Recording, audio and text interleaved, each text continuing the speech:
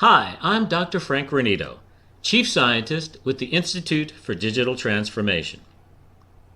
I want to welcome you to Digital Dialogue, where different industry experts discuss digital transformation topics and issues that are of concern to all businesses. Whether you are already a digital enterprise, or on your journey, or still trying to figure out what that all means, we know you'll find something here for you. Remember, as a LinkedIn Live session, this is your opportunity to interact with these experts. Post your comments and questions in chat for a full interactive experience. Welcome to Digital Dialogue. Hello and welcome to this digital dialogue where we are exploring how to create agile and resilient enterprises, which of course has never been more important in our world of continual change, disruption, uncertainty, and possibility. As we mentioned, welcome. We're delighted that you're here joining us. And please do feel free to add any questions or comments in the chat anytime, and we'll truly turn this into a dialogue. So I'm Whynde Kuehn, a fellow with the Institute for Digital Transformation, and it is an honor to host this dialogue on behalf of the Institute. And I'm really excited to dialogue with the incredible panel that we have. I think that their diverse roles, perspectives, experiences, and global contexts are going to make for a tremendously insightful panel. We're going to hear from them in just a bit, but on our panel, we have Hans, who is a fellow, Institute fellow with me, and he's also managing director of the Goodwin Company, joining us from Sweden. So Hans, let's hear from you. Yeah, thank you so much, Whynde, and thanks for inviting me to this panel. It's always a pleasure to work with you and to discuss these kind of topics with you. So I'm calling in from Stockholm, Sweden, and I'm very delightful to give my insights to Agile and resilience. Awesome. Welcome. And next on the panel, we have Geeta, who is Chief Architect with TIAA, joining us from the States today. Geeta, let's hear from you.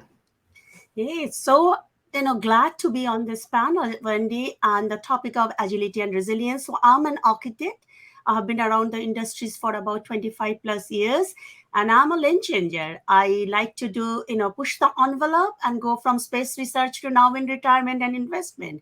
So I'm really looking forward, like being an agility and resilient person, really looking forward to this conversation. Welcome. And our last panelist is Krishan, Managing Director of Evolve and Amplify, joining us from Australia. So Krishan, introduce yourself. Hi, Whynde, and it's such a pleasure to be a part of today's discussion. I'm truly honored to be with such esteemed industry peers. So as Whynde said, I'm the Managing Director of ENA. Now firm helps organizations with what we refer to as strategic business design. And we do that by blending our expertise in business strategy, human-centered design, business architecture, and investment management. We're based in Australia and North America. I'm personally based in Toronto, but back here visiting in Australia. It is 2 a.m., so I'll be trying to be as articulate as possible. Welcome to you all, and just a huge thank you for your time and for sharing all of your experience and expertise with all of us. We really appreciate it. So let's get into this topic. We all know that it is a tremendous force and opportunity, right? This continual change, continual disruption. And so today we really want to dig into what does that mean? Where is that coming from? And what should enterprises be doing and thinking about so that they can meet a future that is likely going to require a lot more resilience and agility? So, maybe we start with just a question for all of you in terms of, what do you think the greatest sources of change are and will be for disruption and uncertainty? Like, where is it going to be coming from? And Geeta, maybe let's hear from you first there. Absolutely. I think, the changes and disruption are coming from various angles, as we all know, whether it is think about the climate change and environmental change, whether you think about the, health issues that we had with COVID, or you think about the disruptions with technology that are happening today. But I think regardless of all the changes, whether geopolitical changes, right? I mean, the thing that we had, last year with the Ukraine-Russia war, I think it is happening all over. But the common thread and substrate, I believe, is the technology and the data, and more importantly, what I think is disrupting force that everybody has to embrace is AI and generative AI. To me, no matter what, last 30 years, 40 years, we have been in the industry talking about AI. But most recently, with all the advances, I think everybody is getting disrupted no matter what, right? It is becoming a level playing field right now with democratization of AI models. So I think every organization, no matter what industry, be it in supply chain or your financial industries, I think generative AI is the most disruptive forces that also creates a lot of opportunities as well as uncertainty, because there is so much unknown. And with power comes a lot of responsibility. So when you unleash this, right, to everyone, we got to understand the privacy, ethics. Just because we can doesn't mean we should, right? So I feel, I don't know rest of the panel, like, Krish and Hans, what you feel. I think this is going to be completely unknown and create an uncertain future that we cannot even imagine. Ooh, well said. Hans, what do you think? I think this is a brilliant question. I took the bus downtown yesterday for a meeting, and I was so surprised to look at people on the bus where everybody's sitting with their mobile phones and consuming different kinds of information, services, and so on, which was unthinkable a number of years ago.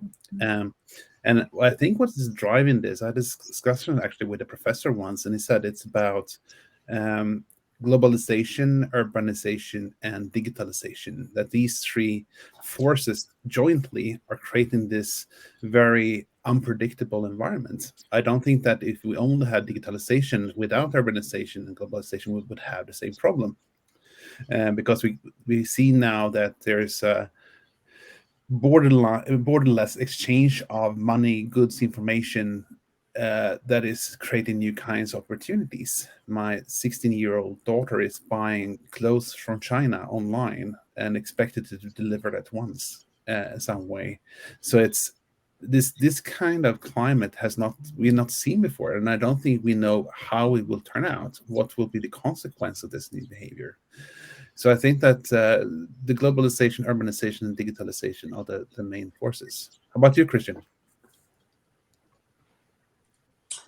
Yes, well, of course, one of the first things I did when I knew that this was the theme of today's conversation was go onto ChatGPT and see what it would say, right? And Yes. and it's all the things that you would expect, right? Hans, Gita, you said it already. Digital transformation, AI, machine learning, climate change, sustainability, regulations around data protection, geopolitical uncertainties, and so on and so forth. So I thought, okay, what can I do that ChatGPT can't to answer this question? It's really speak from the heart. So as a small business owner, over the last few years, I've had to navigate the shift from fully remote working during the pandemic, then to transitioning to hybrid working, and now trying to consider what our expectations are for having touch points at the office and on client sites. How do we find that balance between recognizing that the business world has fundamentally changed, and with that, the definition of flexible work conditions? And at the same time, in our line of work in consulting, and I'm sure it is for others as well, but that's just what I can speak to, as much as technology solutions support distributive working styles, nothing compares to the creativity and the innovation that generates from our people feeding off each other, still being on the physical whiteboards. We love Miro, but there's something about that kinesthetic feel that's hard to replace. And it seems like every major publication, like your HBRs, they have research and opinions at the moment around the efficiencies. Where do they lie? Is it the spectrum of remote? Is it hybrid? Is it on premise? And it's so contextual, right? It's hard for employers, then for myself, to set policies and expectations. And as consultants, each engagement, the context is different, the client expectations are different. But when we hire people, they often want to know what our policies are from the onset. So just summarize, we're saying, how do we find that balance between making sure we're providing maximum value to our customers through effective ways of working, while understanding that candidates have a lot of choice at the moment and flexible working conditions are key to what many potential other employers are offering in their employee value proposition. So I guess, yes, I completely agree. All those other factors are extremely important around technology disruption as well. But maybe something that's quite a personal challenge for me at the moment is that changes in labor market forces. Right on. Right on. So, question for anybody here: agility, resilience, how do you define them? What's the interplay between them? Anyone want to take that one? I actually started Go to for it. look at that because I'm not a native English speaker, so I try to understand what is actually the difference here. And for me, resilience is somehow building a system that can withstand coming threats. For example, cyber threats coming in. So we build different system, routine processes to make us protected from cyber attacks, for example. So we feel safer about the way we live and work. Agility for me is something different. For me, agility is something that impacts the whole company. It's very much connected to culture and mindsets, where we not only respond to threats, but also respond to opportunities, and be able to respond quickly to new services, innovation, new business model in a positive way, and having that kind of change and responsiveness in our business DNA. So that's a little bit my thoughts around the difference between those two. Love it. Krishan, were you going to add something there? Yeah, I was thinking about this, and I'm a big NBA fan, right? Love basketball, go the Raptors. And so one overly simplified analogy might be the difference between offense and defense, right? Where offense is the agility to adopt the market conditions, changing customer preferences, and innovate to gain a competitive advantage if you're in that growth-oriented type industry. And where defense is the ability to withstand disruptions and crises and then respond and recover from them. So it's an oversimplification, but for me, that analogy works. Right Yeah. on. I'll add. I'll go like, I love that offense defense analogy, and I say, they're two sides of the same coin, kind of in a way, although they're a little different to me. Yes, resilience gives me like, that you are able to sustain. You are a survivor. You can sustain no matter what happens, right? Whereas agility gives us not just surviving, now your ability to respond quickly, ability to disrupt, ability to differentiate, getting a competitive advantage. That to me is agility. And if we draw an analogy, like, what is that company, Victorinox, that used to make Swiss knife? So think about when 9/11 happened, we all stopped being able to carry that Swiss knife in the planes, right? And that was the only one product they had. But the resiliency they had a lot of financial resiliency. So hence they were not didn't go out of business. But the agility, they also applied that financial resistance to think about different products. Even today, I think Swiss knife still sells, but they have different products that help them be still a market leader, right? To me, that's the you cannot have just agility without resilience. You need to have both resilient and agility, and and then put them together to get competitive advantage, not just sustain. So offense and defense. Yeah, I want to add here one of my favorite books, besides obviously the Institute Digital Transformation book, is obviously the Jim Collins Good to Great, and Yes. one of his conclusion there is about luck. And yes, thank you. One thing he talks about is about luck. Is it so that some companies are more lucky than others when it comes to seizing business opportunity and be successful? And his conclusion is that all companies has more or less the same level of opportunities and threats, but it is the successful companies are able to materialize the opportunities in a completely different way because they have in their DNA a way to respond to these opportunities. So it's not really a matter of luck, it's a matter of gearing your organization so they actually can quickly respond to opportunities and threats. And I love all of the the opportunity that each of you have crafted in this, right? That's what it's really all about. It's not just bouncing back and getting through, but using it as opportunity to build back better and forge new territory. Awesome. So what does this all mean? What do we do about it, right? Really important question. What should enterprises be thinking about doing today so that they can prepare to meet a much greater degree of resiliency and agility in the future? Krishan, maybe we start with you on this one. Yeah, sure. I mean, there's so many things, and I'm sure Hans and Gita will offer a lot of useful perspectives there. So for me, this is where things get really interesting with that nexus point around the black swan and game theories and scenario planning. But of course, business architecture is where it'd be remiss of me as a passionate business architect practitioner to speak from that from a little bit. And I think this is where capability design really comes into its own. Making sure organizations are clear on the why and the motivation, but most importantly, the what of their business and not just the how. Whynde, you're the biggest champion in the world for that, right? And so from a resilience perspective, when you know what capabilities and assets are your crown jewels, you can disproportionately design and invest in your business in a way that bolsters that resilience, right? We only have a finite amount of resources. And so when you know exactly what's most important to your business, to be able to plan around that and overlay scenario plans and think about how you can be ruthless with your prioritization. And I guess from an agility lens, my mind goes to things like customer experience perspectives. If you have a strong understanding of your customers' needs and wants and visibility of how they perceive value, and that's something that continues to evolve, right, in such dynamic markets, then your ability to identify the correlation between organizational capability and how this supports or doesn't support meeting those customer expectations, I think that sets a great foundation. Because if you want to be agile, you first have to be able to gather the insights and identify what requires a response to, right? So it's not reactive afterwards. That's just something that comes to my mind. Excellent. And I know you and your firm work with startups a lot, so maybe you speak from that angle as well. What do startups need to be considering in this space as well? Yep, it's a great time to be asking that question given the current economic pressures being felt on a global scale as well.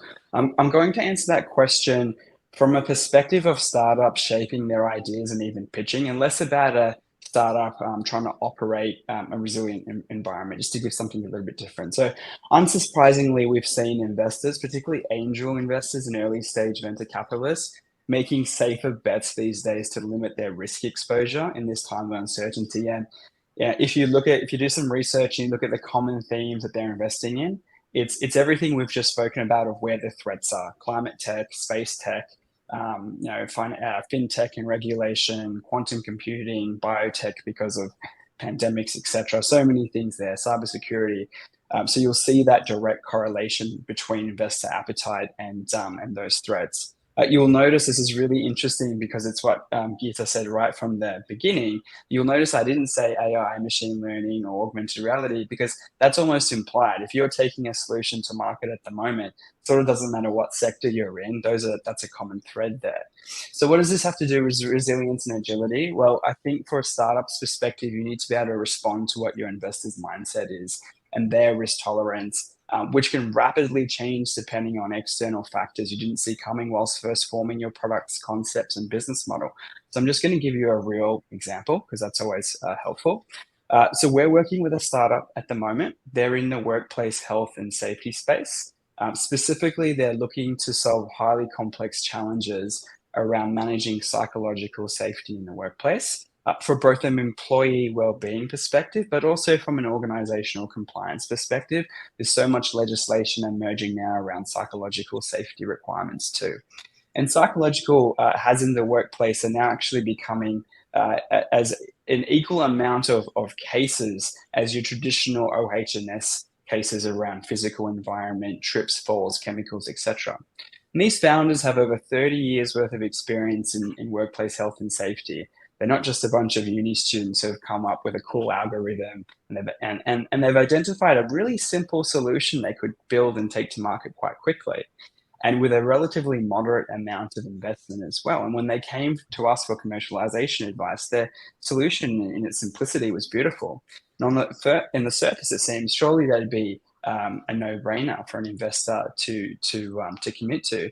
But the harsh reality is their solution didn't emphasize any of those themes we mentioned before. So we needed to be agile and work out how we can be authentic to the problem and the user needs in the space, but think practically about how we're going to source funding, which involved rethinking the solution from the ground up.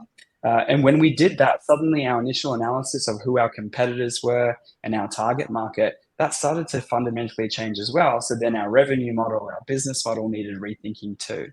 And another challenge we had was also the two very different mindsets of investors of what they would prefer to fund an initiative, right? From preferring to invest in a validated concept before an MVP to make sure their money isn't primarily going to erase technical debt the minute they give that funding, or conversely, that traditional approach of wanting to see the company bootstrap and demonstrate early traction with early adopters before being prepared to invest. And these are fundamentally different approaches. And I think it requires a lot of resilience and agility in a startup to be able to respond to, okay, this is my idea, but how do I pitch this to where my funding's likely to come, and how is that going to fundamentally approach how I'm going to build the product as well? So that's some of my thoughts. Right on. And by the way, great comments from the audience as well. Reality is winning over hype. I think there was a comment from Alma on creating a culture of change. Before we go to Geeta and Hans, can we see that question from Tony again? I just didn't want to lose that thread. Anybody want to comment on Tony's question here? Yeah, I can comment on it a little bit about the level of agility. I don't think that the complete agility is for everybody. I think you really need to understand the markets you're in and how unpredictable it is, and adjust accordingly. If we look, for example, in bank and finance, we see that there's a predictability of 6 to 9 months. This is how far they can see into the future with high certainty. They know what's going to happen, meaning that they need to have an agile steering and agile governance in order to pivot very quickly in that sense. But if you are in paper and pulp or in very long-term businesses that doesn't change that much, then it might be you think to have a low level of agility because it doesn't make that much of a difference. Yeah. I can add. Usually goes with the level of IT intensity of that business itself. High IT intensity, you need high level of agility. Low IT intensity, low agility. Yeah. Geeta, I wanted to add to the culture aspect. I think that's a great question, Tony. It's all about the people, and it is all about the people at the center of transformation, right? So culture does play the ability to change, right? So how do you create that culture? And also it comes with it is okay to fail. It is that fear culture should not be in the company, that the price that you pay when you make a mistake. So I think culture of being able to open to ideas and change, as well as the prize and the reward, is not just when success happens, but no repercussion for doing something wrong or making a mistake, right? That plays a huge part of, in my humble opinion, from my experiences. True. And Geeta, your thoughts. What should enterprises be doing and thinking to be more agile and resilient? Yeah, first they should hire a chief architect. We agree. No pun intended, but really, I think the architects are the secret sauce for really defining the strategy to execution. Nobody can tell it better than you, Whynde. How do we give that? I strongly believe in how do you give that clear visibility into what the company is doing today, and then how might you think about the target state. So the companies, I think, understanding what Krishan also called out earlier, Krish, that about core and context, like what are your core capabilities, what are your contexts, what are your differentiator. So be laser focused on what do you want to invest in order to get your market share, right? So I think that visibility around architecture as a data-driven organization, and bring your planning and investment all together. So if you can describe the company in what you are doing, what your company strategy and business goals are, and connect that to a data-driven way of planning, and then able to see, like, do scenario planning and what if analysis, right? But really focus on what matters, what are the differentiators, and be dogmatic about what things you do not want to invest your precious engineering skills or resources. And maybe these are commodities. How do leverage third party sources or whatnot, right? And going back to our resiliency, right? How do you enable the resilient architecture? And it goes not just for applications or technology, even people. So if you are leveraging maybe a third party provider from a country, and when there is a geopolitical issues and all of a sudden you are disconnected, how do you still survive? And how do you still offer those services, right? So I think thinking through everything as a capability, as an organization and capability, it's always about a people, process, technology. Think about your capability, current maturity, and future state. Do not underestimate like the people and the process aspect of it, and don't just hung up on technology. That's how I would say, like, every organization should and rethink. Have a mindset. The last thing I would say, like a day one mindset, right? Challenge every assumption every day that you are, and run like you are a CEO of the company, no matter which level you belong. If it was your company, how might you do this, and how would you run your business and transform? Yeah. In Gita, from another angle, because you work in a university context as well, what are universities doing? What should they be doing to really prepare the next generations of leaders to design our organizations like this? And that's such a great question. It is, it is so close to my heart. I think many a time we are still, teaching for yesterday and not getting prepared for tomorrow's, right?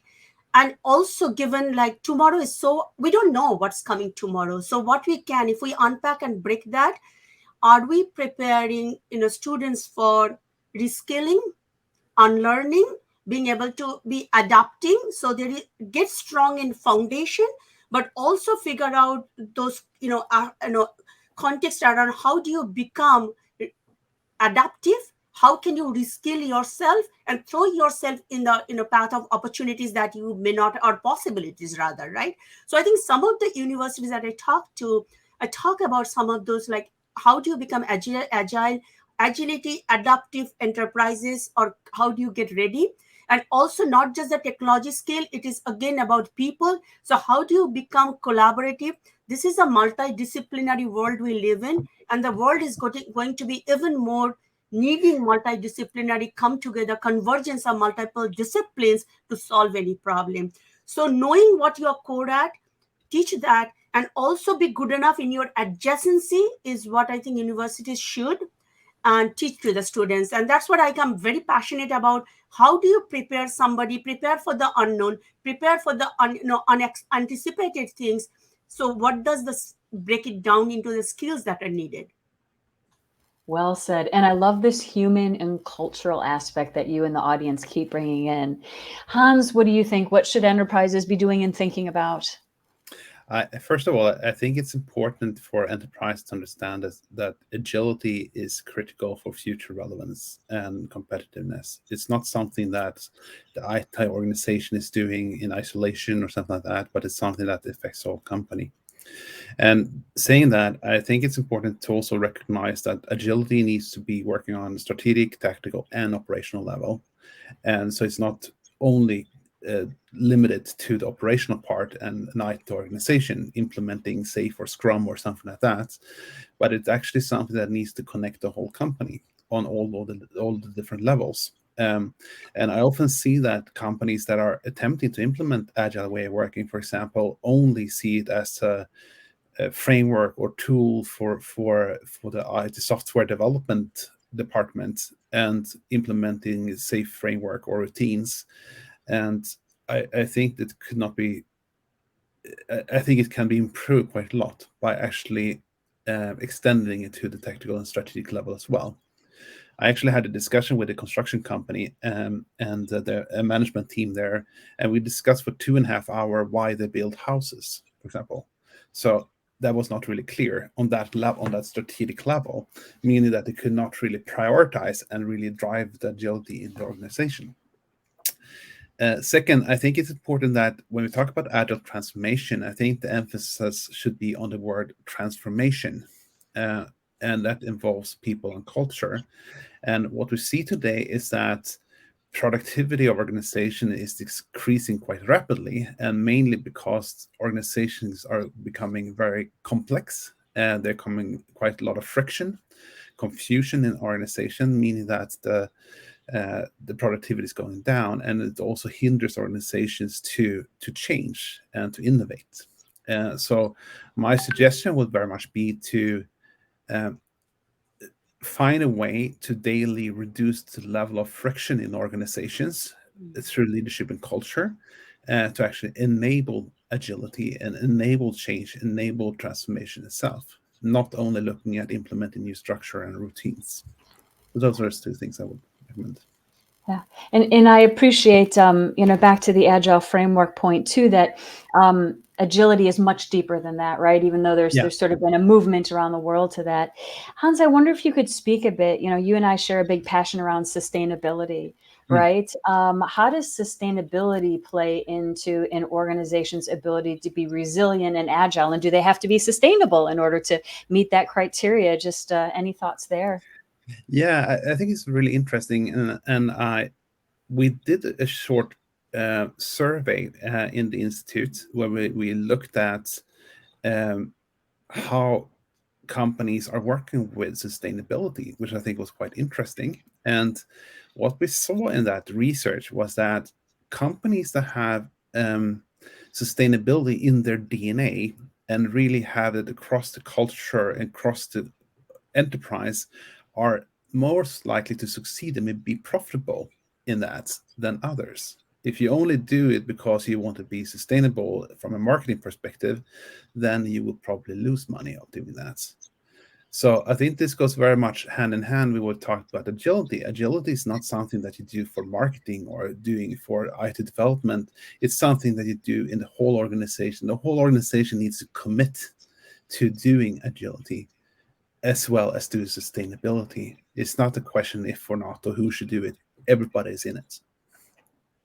Yeah, I think one of my favorite quote, I said, doing agile and being agile, there's two different things. There is a lot of companies jumps into, we have the scrum and the sprint, like all these things running, but is it actually, are you really being agile with that, right? So I think we have to teach difference between doing and being agile.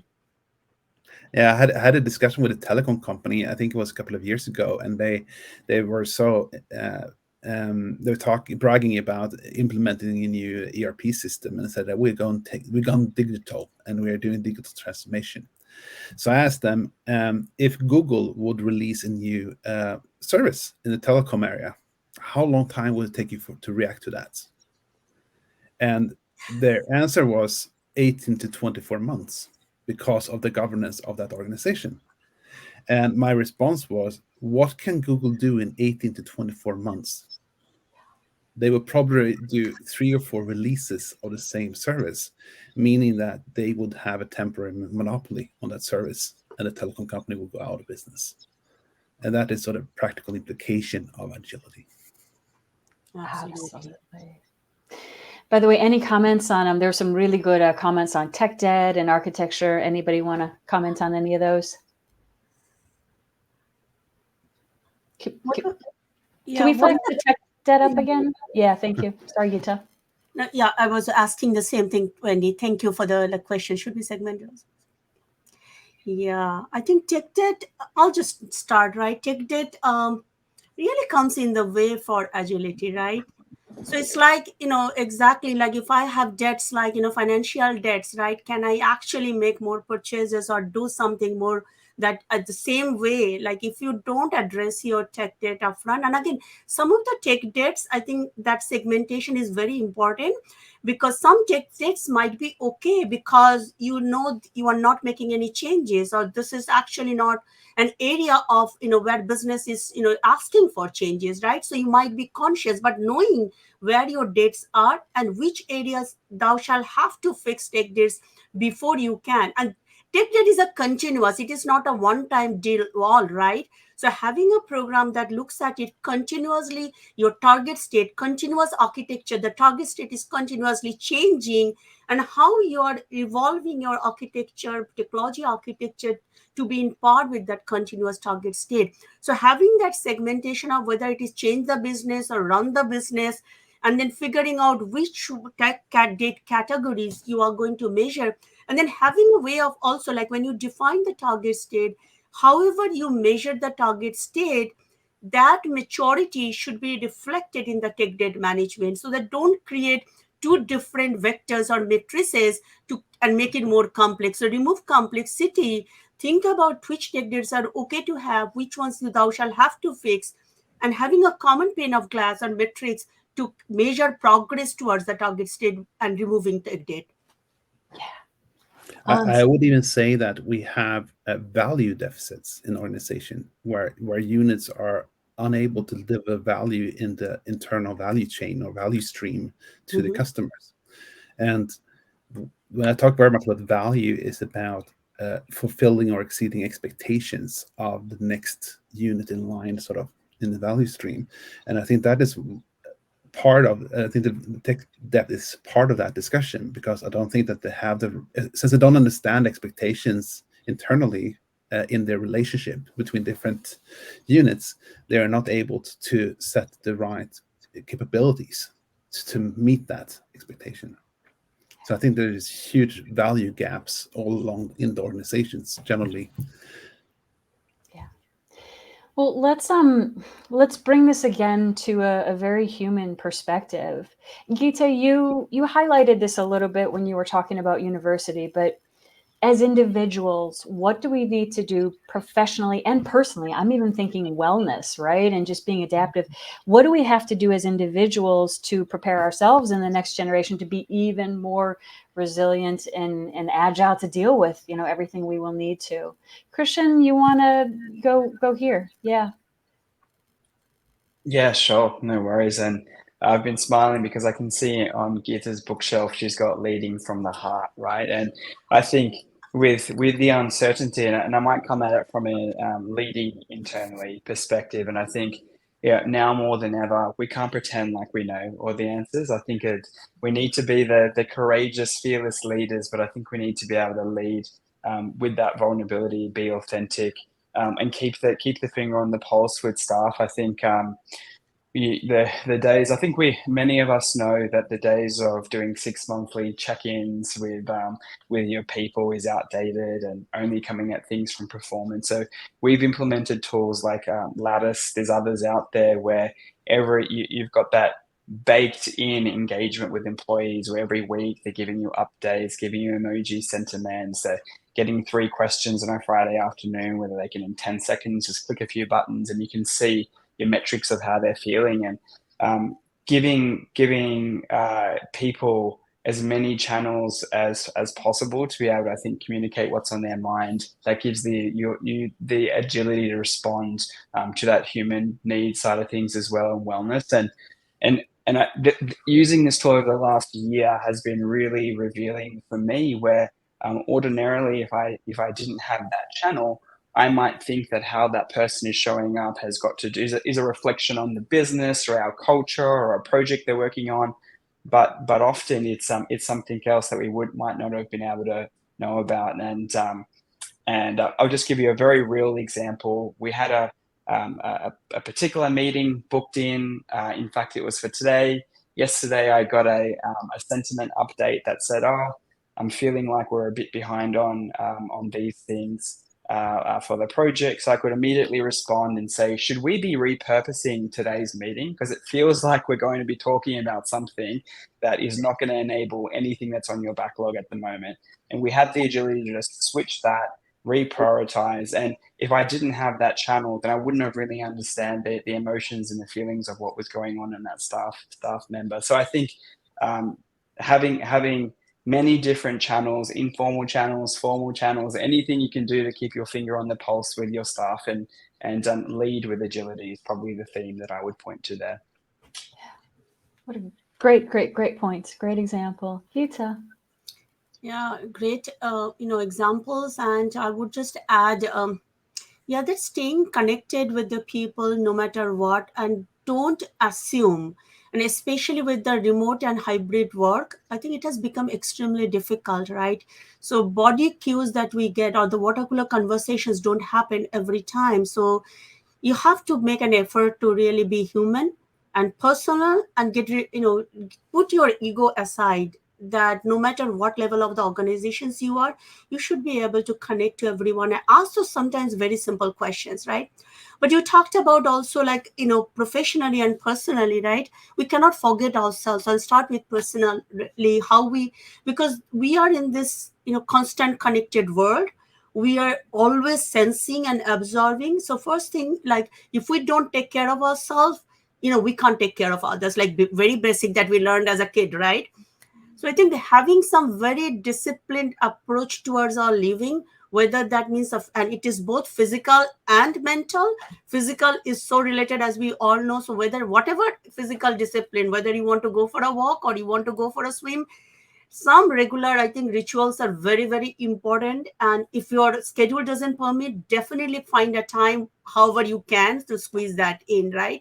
And also, like, not just staying healthy, but that's also your way of, I think that's what I do, releasing my tensions, right? When I'm stressed, I go for a walk, or I go for a go into the treadmill, go to the gym. So do something like that. Make sure you're mentally balanced. And other thing I would say, just be more open and flexible. Nobody knows anything. It's not just about you. Find anybody you can talk to, right? Everybody, be a listening ear, and also talk to someone. Everybody is willing to listen, right? So just get your inhibitions out. Do not kill yourselves because you don't know everything. Nobody else does. And we Love are all living in this world right now. So be just humble. The way you treat others, treat yourself too. Be a little bit like, love yourself, give yourself some forgiveness, and I think go from there. Of course, professionally, we talked a lot about, like, reskilling, learning, unlearning. Be open to, like, taking any opportunity and try it. comment here on balance too. Awesome, Geeta. I love all that. We're human. We're never going to get it right. We're never going to get it done. It's that mindset. It's that journey. And we're all in this, right? We're all going through the same thing. Awesome. Hans, what do you think? The Institute actually launched a manifesto for digital transformation. And one of the tenets that we used was reimagining the enterprise. And I think that is very important, that we need to relearn about how business works, and also daring to challenge, daring to step outside the comfort zone, and actually think new about how we will do things. I see too many leaders that are sort of stuck in the inertia of their own career somehow, that they don't dare to question or dare to think new. And I think that's very important. So visit the Institute's manifesto for more information there.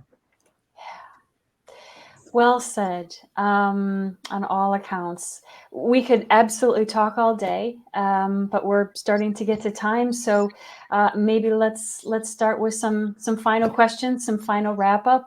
Hans, let's start with you first. Any final words for us of wisdom?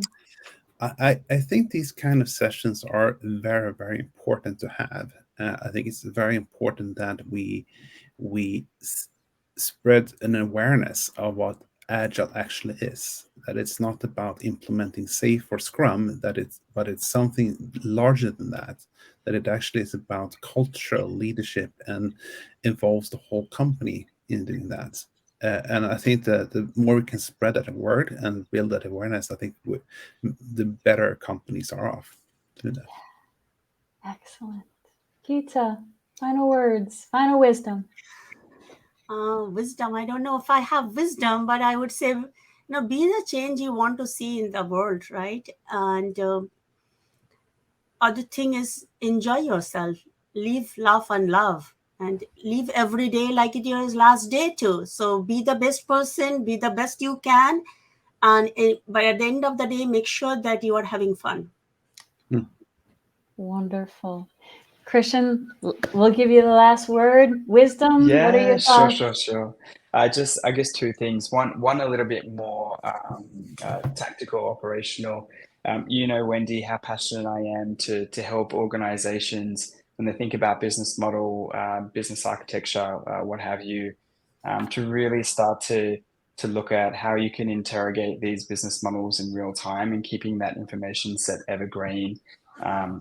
I think the days of having your business model artifacts buried in PowerPoint and Visio and Excel, we really need to be thinking about how we can be real-time analysis. If you want to do scenario planning, then I think being able to use some of the great tools out there to dynamically interrogate your business is going to be important.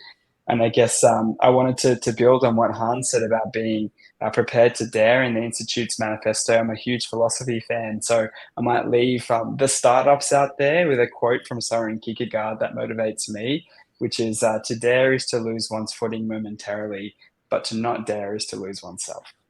Love it. Love it. We'll end on that wisdom.